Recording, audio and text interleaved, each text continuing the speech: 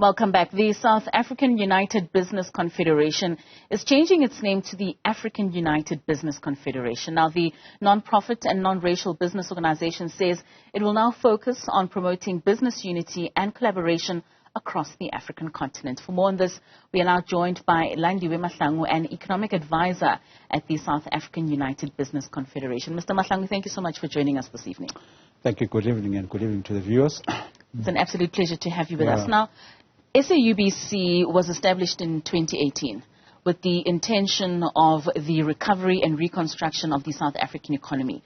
What inroads have you made as an organization since then? Yeah, what has actually happened since it was formed, obviously, we were able to, mobilize all business organization across all trade sectors. Within the SAUBC membership, you actually, have, venture and the private equity organization. You've got freight, you've got other trade organization. So it was really a cross-sectional and actually, spread across. So, and within our ranks as well, we've got, the Franchise Association of South Africa, which is basically one of the key, if you like, organization that is dealing with the small and actually, emerging, businesses.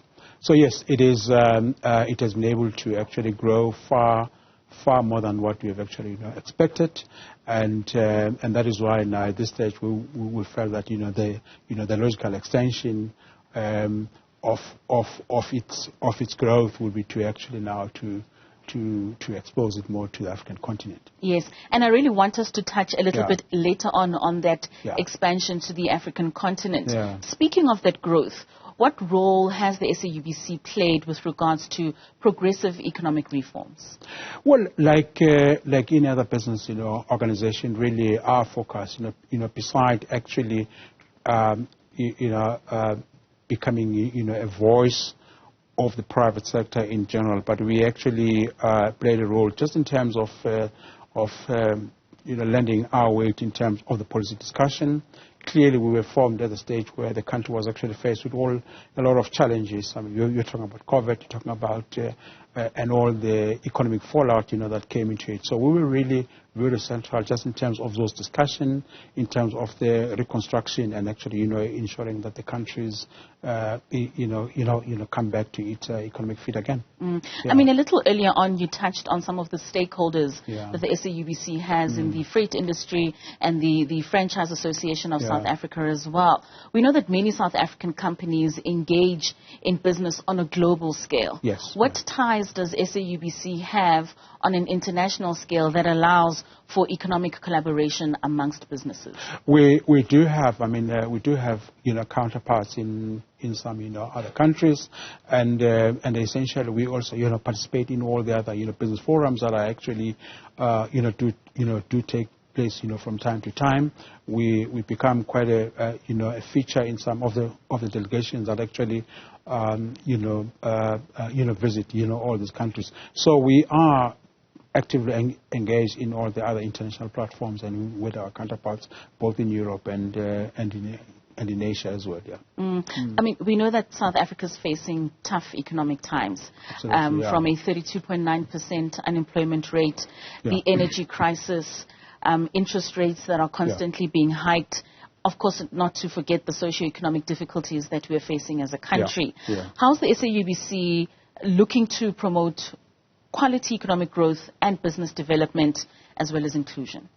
Well, that is precisely, one of really our key functions. I think one of the key things, underlying, the challenges that we actually have are basically two. One is really about, some of the, if you like, structural reforms that the country still must have. So we're really engaging, the government just in terms of actually ensuring that the business conditions are really conducive, for investment. So you talk about, red tape. We actually, ensuring that we becomes, the voice and actually urge and nudge, the government to actually make those reforms.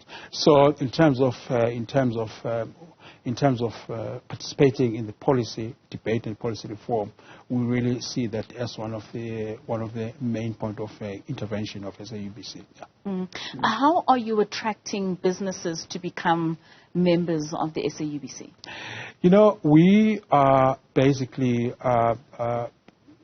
if you like, a voice of businesses. And in our view, and you would see that we always say that we see our role as actually ensuring that South Africa becomes, you know, the leading investment, you know, destination.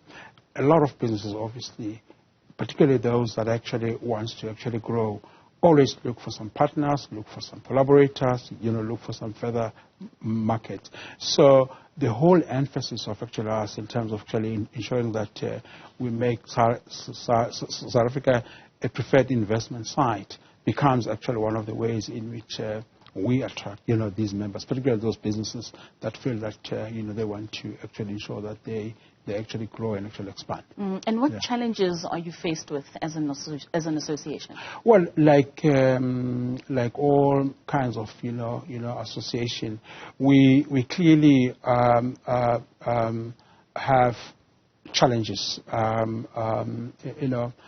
And one of the key challenges that is particularly faced by our constituent, you know, organization is the issue of really access to finance and markets. Much as that is our aim, but it is something that I think in this country, and really it's got to do with how the country has actually developed, you know, throughout. You know, we still have challenges just in terms of ensuring that our members do have access to funding. Our members do have access to markets, but I think one of the major challenges now that is facing us is just purely, you know, the current, you know, macroeconomic situation. You know, about 2 or 3 days ago, we've had quite a, you know, interest rates that are actually, you know, rising up. That much as we can understand, you know, the aim is to ensure that, you know, inflation is kept under check. But, you know, in economics, as you know, there are trade-offs. The quest by the Reserve Bank to actually ensure that inflation stays at the level or at the target range, it's actually done at the cost of actually, you know, businesses unable, you know, to raise those, you know, those kind of funding. So the cost of capital becomes quite fairly expensive. So that's one of the challenges, yeah. True, and a very difficult challenge for small business that's expected to create the jobs for many South Africans in order for us to turn the economy around. Absolutely, yeah. But like I said, it is something that we hope it is transient.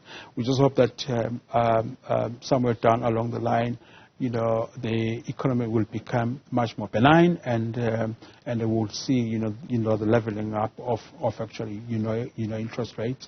But yes, it is currently one of the key things. I think, you know, businesses not only are they coming from a difficult period of actual corona, but now they've got to cope with a very tight, you know, monetary policy and the squeeze, yeah. And of course, not to mention the energy crisis that the country is currently faced with. How are you lending your voice towards finding solutions in that regard? Because we do know that there's a contribution towards us not being that preferred investment destination as a country because of the energy crisis that we're facing. Yeah, you know, a lot has been said about, you know, the current, you know, energy crisis. I think one that will be a debate on its own. But one can actually hope that all the moves that are being put in place now would actually yield some kind of progress and actually, will yield some kind of success.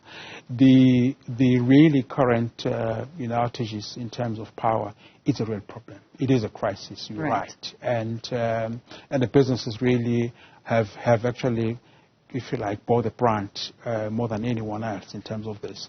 So we are actually encouraged with what we think is probably a much more, if you like, openness on the part of government to actually ensure that they must increase generation capacity. They are now much more open to actually ensure that you've got a rollout in a much more faster rate of a renewable, you know, energy sources. And the fact that now anybody can actually, you know, invest up to close to 100 megawatt without any, you know, licensing. So that is kind of, at least on the policy side, seems to indicate that we may be heading for the right direction. But we cannot really underplay the devastating effect of what is happening in terms of energy. Of course, most certainly. Now, earlier on, you mentioned the rebranding and the repositioning of the SAUBC to the AUBC, being the African United Business Confederation.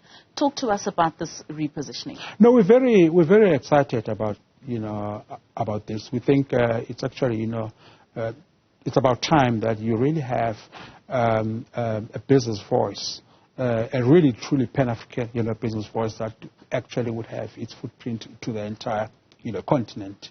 And really part of that is not just pure rebranding in terms of having a different, if you like, wrapping, but there is a very serious business consideration that is actually underlying that, purely because what is happening, what has happened in actual Africa, and what it is going to happen again.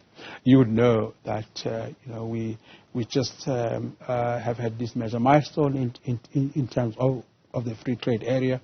So the debate about whether Africa should actually integrate is no longer whether it should. It's actually by when.